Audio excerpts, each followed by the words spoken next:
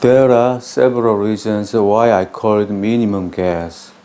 If the reference size of diameter is 6 mm, not 5 mm, it will be equal to the fixation force of fixture with diameter of 8.7 mm.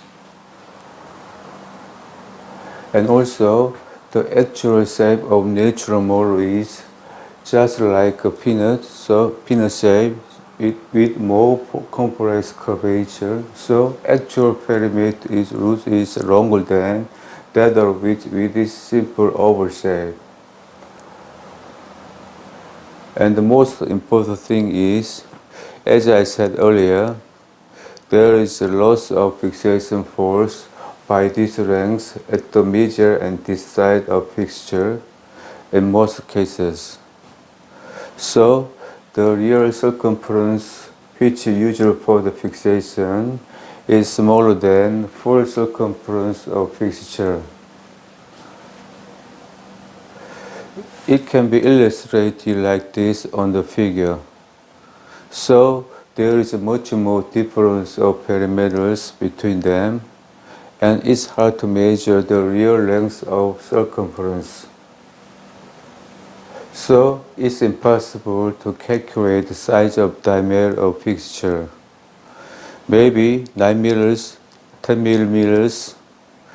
I don't even want to know because we cannot plan such a big fixture actually.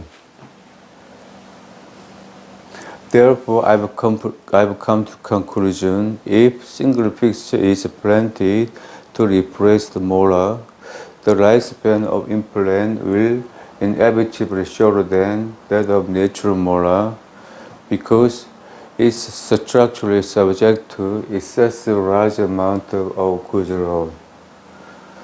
For this reason, we cannot use the implant over 30 years on average, as the natural teeth, especially in molar case.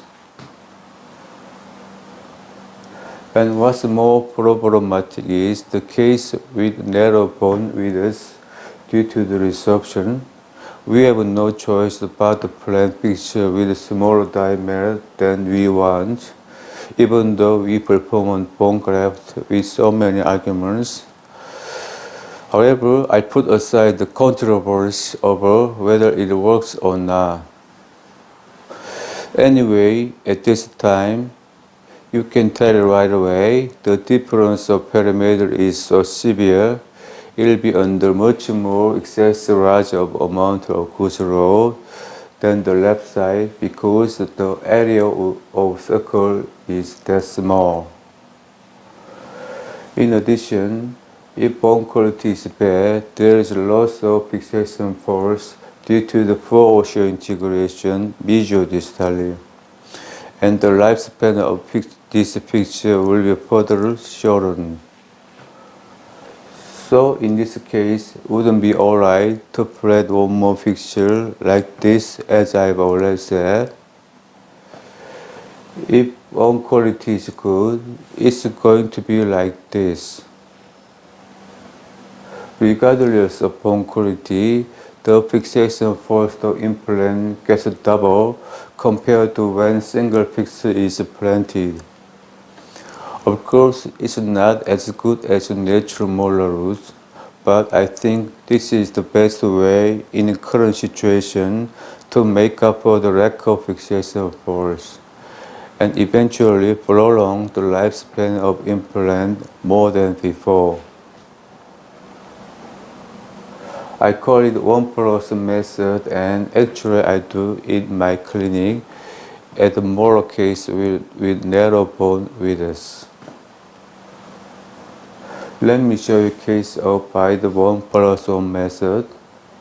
This is the case of replacing the 47 low molar male patients categorized into type 1 with good bone quality and quantity except for the available bone length.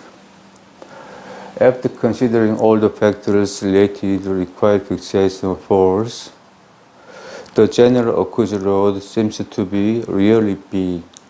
So I decided to plan two fixtures with diameter of 3.8 millimeters and length of 8 millimeters instead of planting single fixture with diameter of 4.3 millimeters and length of 8 millimeters. As a result, I could get the fixation force equivalent to that fixture with diameter of 7.6 millimeters. Too many fixtures? I don't think so. Here is typical 1+1 case with narrow bone widths and lengths. It's the case of replacing two raw molar of a young male patient categories in type 2 with good bone quality but bad bone quantity. So at the second molar area, the diameter of available fixture is 3.3 millimeters or 30 millimeters and the length of 6 millimeters. I guess there was not general occlusion load to be considered, but the additional local occlusion load would be acting at the 36-37 implant due to the occlusion of the control lateral side. The first molar was missing and the second molar was fractured and decayed with severe mobility that they couldn't do their part. So it's anticipated the implant will be under a large amount of occlusion load until the time the opposite side molar was restored. Therefore, I thought the first thing to be considered was the fixation force, and I planted 4 fixtures with a smaller diameter and short length according to the bone quantity. Here is the actual view of CT scan showing the narrow bone width. It's the coronal view showing the medial pixel reflection of first molar with diameter of 3.3 millimeters and length of 10 millimeters and cup length 5 millimeters.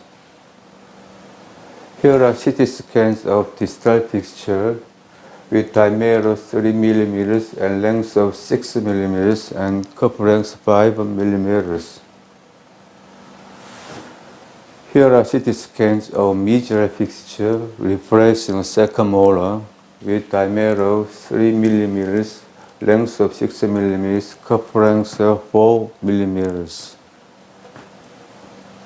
Finally, CT scans of distal fixture with diameter 3.3 millimeters, length of 6 millimeters, and cup length 4 millimeters. It was so close to the nerves, even though the length of fixture was 6 millimeters. It's the end for today, and thank you for watching. Goodbye. See you next time.